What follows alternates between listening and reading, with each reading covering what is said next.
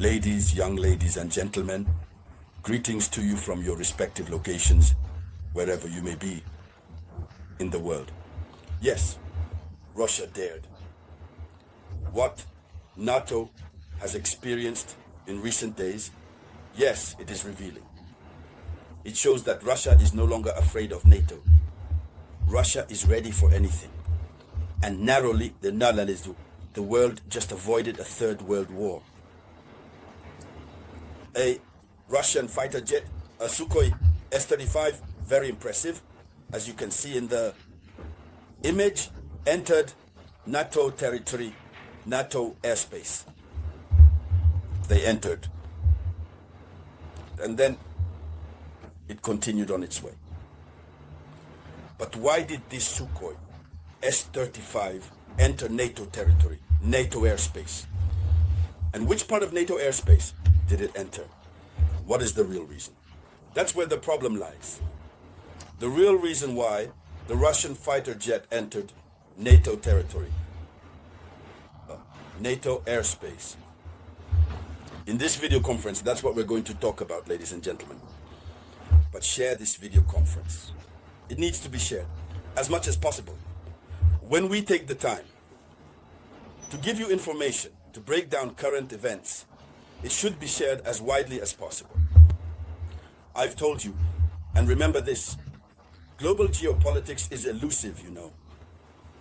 Because just when you think everything seems to be getting resolved, that's exactly when, bam, something else happens. But in this matter, you might ask me, is Russia right or is Russia wrong? Let's go deeper. Yes, let's go with information from the depths of darkness to bring out the light of truth. It was Estonia that made the statement on Thursday, so yesterday. Estonia declared that a Russian fighter jet had entered its airspace over the Baltic Sea. We're talking about the Baltic Sea. Does the Baltic Sea ring a bell for you? It's in the Baltic Sea area that the undersea cables are located. When the undersea cables were damaged, the Russian fleets, called Russian ghost fleets by the West, were accused. They carried out their investigation. In the end, they concluded that it wasn't the Russian fleets, the so-called Russian ghost fleets, that had damaged the cables. But who was actually responsible? Some people said it was sharks, so fish, etc. Let's go. What exactly happened for the Sukhoi S-35 to be able to enter? You know, they sanctioned Russian oil tankers. They even said that from now on, they must no longer pay for oil, gas, etc. with Russia. To economically sanction Russia, they banned Russia from selling this gas. Russia doesn't care. Russia uses about 100 ships in its fleet. And it's this fleet that they call the ghost fleet, since they've been sanctioned. And so these fleets are not official. More than 100 ships. Now, the route on the sea that Russian ships can use to transport Russian oil, the shortest and best route, and where Russia has the right to pass, is through these territories in the Baltic Sea. In the Baltic Sea, that's where it is. Russia says that this area, this sea, falls under international law. So this sea is considered international territory. It's a sea where international navigation is possible. So it's a common good for humanity. All the countries in the world can navigate in this area because this part doesn't belong to any specific country. It's an international zone. That's what Russia says. And that's why Russia sent its ghost fleet, which is so notorious that this fleet, this Russian ship, this Russian oil tanker is so formidable, they've nicknamed it the Jaguar. So Russia sent its Jaguar. The Jaguar was moving along slowly. And that's when the Otanians sent out I think a small ship and a helicopter. They started to chase after Mr. Ship. They tried to reason with this ship to stop it.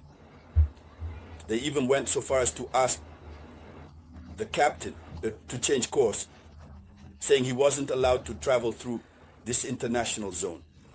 They claim that it's their zone. Russia says no. So let's go. They say that this ship is suspected of belonging to the Shadow Fleet, used by Moscow to circumvent Western sanctions. So it was the Estonian Navy that made the statement that the Jaguar, which is on a British blacklist, was on the Baltic Sea. So the very Jaguar in question is already on a blacklist. This happened on Tuesday. The Jaguar refused to cooperate when it was ordered to stop so its documents and status could be checked. The ship continued on its way to Russian territorial waters, escorted by a patrol boat. According to a spokesperson for the Estonian Defense Forces, the Jaguar was sailing in international waters between Finland and Estonia. All right?